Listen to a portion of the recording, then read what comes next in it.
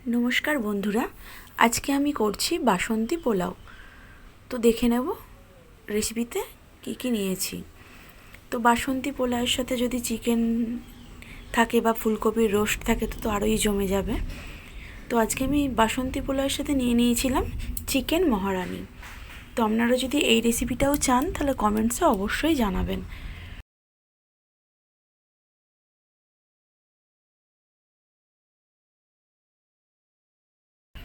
আর আপনি যদি আমার চ্যানেলে নতুন হন অবশ্যই চ্যানেলটি সাবস্ক্রাইব করবেন, লাইক করবেন এবং শেয়ার করবেন। আর সাবস্ক্রাইবের পাশে থাকা বেল আইকনটি অবশ্যই প্রেস করবেন যাতে নোটিফিকেশন সবার আগে আপনার কাছে পৌঁছে যায়। আর কমেন্টস করে অবশ্যই জানাবেন যে কেমন হয়েছে আমার আজকের রেসিপিটা। তো চলুন দেখে নিই আজকে বাসন্তী পোলাও আমি কিভাবে করছি। আর আজকের রেসিপিটা আমি পুরোটাই করেছি রাইস কুকারে। কিভাবে রাইস কুকারে ঝরঝরে বাসন্তী পোলাও করা যায় তার জন্য আমি কি নিয়েছি চলুন দেখে নিই। সঙ্গে থাকবেন, স্কিপ করে কেউ এগিয়ে যাবেন না। নিয়েছি গোবিন্দভোগ চাল 3.5 কাপ নিয়েছি। আমি কাপের মাপটা পরে দেখিয়ে দিচ্ছি। চালটাকে আমি ভালো করে জলে ধুয়ে নিয়েছি। জলে ধুয়ে নেওয়ার পর আটা চালা চালনিতে আমি ঢেলে দিয়েছি যাতে এক্সট্রা যে জলটা থাকবে বেরিয়ে যেতে পারে।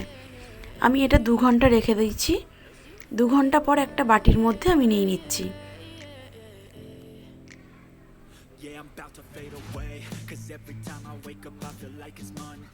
পুরো চালটা ভালো দেখুন কি সুন্দর জল ঝরে গেছে।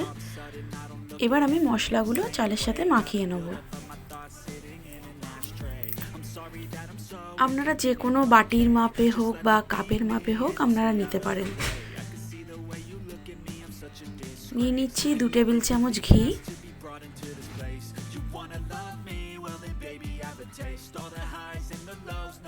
ঘিটা আমার বাড়িতেই বানানো।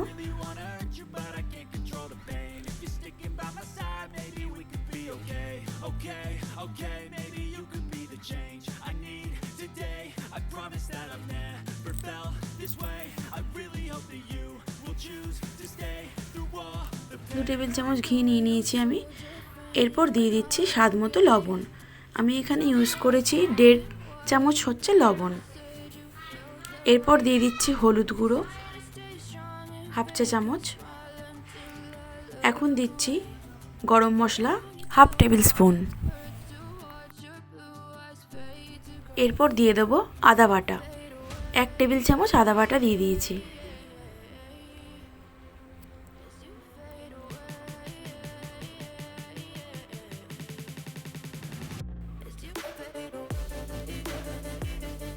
এটা দিচ্ছি গোলমরিচ গুঁড়ো 1 চামচ। চিনিটা হচ্ছে পোলাওয়ে মেন, অনেকে বেশি মিষ্টি পছন্দ করে অনেকে কম। তো আপনারা আপনাদের স্বাদ মতো চিনিটা ইউজ করবেন। আমি এখানে চিনি দিয়ে দিয়েছি 4 টেবিল চামচ। এবার ভালো করে মাখিয়ে নিচ্ছি মশলাটার সাথে। মাখিয়ে নিয়ে 1 ঘন্টা রেখে দেবো ঢাকা দিয়ে।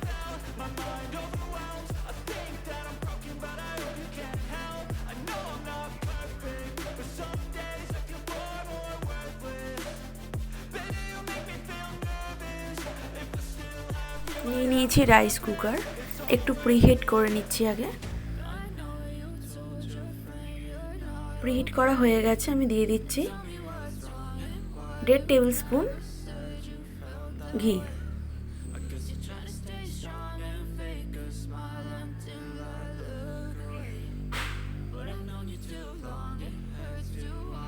তো ঘিটা গরম হয়ে গেলে আমি দিয়ে দেবো তেজপাতা।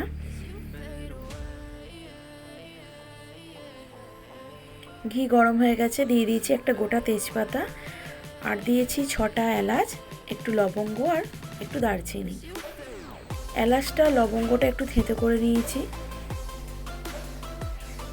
3 সেকেন্ড নাড়াচাড়া করে সেন্ট বেরোলেই আমি দিয়ে দেবো কাজু আর কিশমিশটা।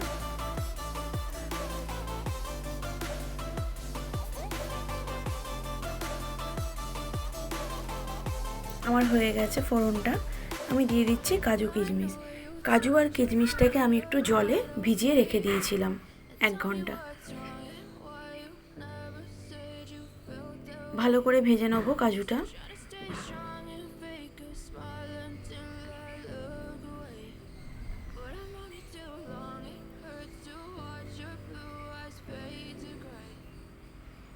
পাঁচ মিনিট নাড়াচাড়া করে এরপর দিয়ে দেবো চালটা। দেখুন আমার কাজু আর কিশমিশটা ভাজা হয়ে গেছে, কিশমিশগুলো ফুলে গেছে। তো এরপরে আমি দিয়ে দেবো চালটা।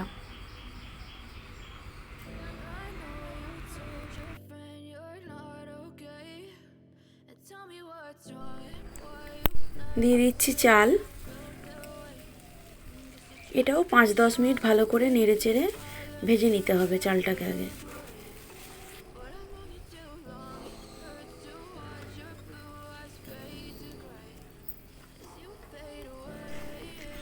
আমার চালটা প্রায় ভাজা হয়ে গেছে। যেহেতু চিনি দেওয়া আছে ওই জন্য একটু লেগে লেগে যাচ্ছে। তো আমি এই কাপটার 3.5 কাপ চাল নিয়েছিলাম, সেই কাপ অনুযায়ী এখানে আমি 7 কাপ জল নেওয়ার কথা, কিন্তু বাটিতে আমি 6 কাপ জল নিয়েছি। 1 কাপ জল পরে ইউজ করছি। যা চাল নেবেন, যে কাপটার মাপে চাল নেবেন তার ডবল জল দিতে হবে। যেহেতু আমি 3.5 কাপ চাল নিয়েছি ওই জন্য 7 কাপ জল নেব।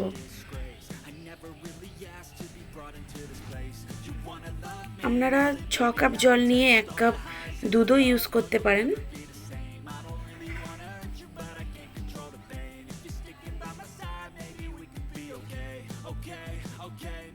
তো আমি ওই 1 কাপ জলটা ইউজ করলাম এখন। এবার চাপা দিয়ে হতে দেবো। তো দেখুন কোনো ঝামেলা নেই, আমার কিন্তু রেডি হয়ে গেছে রাইস কুকারে ঝরঝরে পোলাও।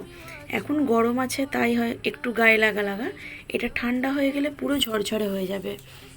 পোলাও যত ঠান্ডা হবে তত কিন্তু ঝরঝরে হবে। তো আমার একদম রেডি বাসন্তী পোলাও। আপনাদের ঠান্ডা অবস্থাতেও আমি দেখাচ্ছি। তো সার্ভ করার জন্য রেডি বাসন্তী পোলাও। আপনারা মাঝখানে চাইলে একবার নাড়িয়ে দিতে পারেন, আমি কিন্তু তা করিনি, আমি একেবারে চাপা দিয়ে হতে দিয়েছিলাম। তো একদম ঝরঝরে পোলাও তৈরি হয়ে গেছে।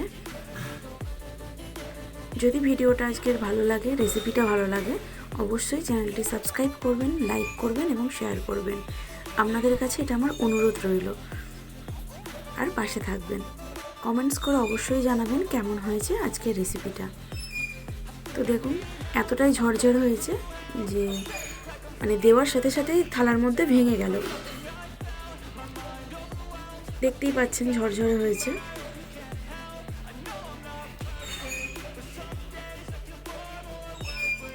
তো সঙ্গে ছিল পোলাওয়ের সঙ্গে ছিল আজকে চিকেন মহারানি।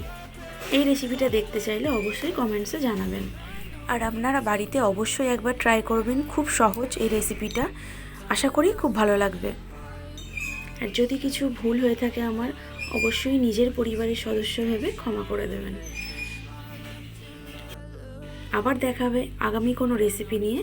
ততক্ষণ খুব ভালো থাকবেন, সুস্থ থাকবেন এবং সবাইকে ভালো রাখবেন।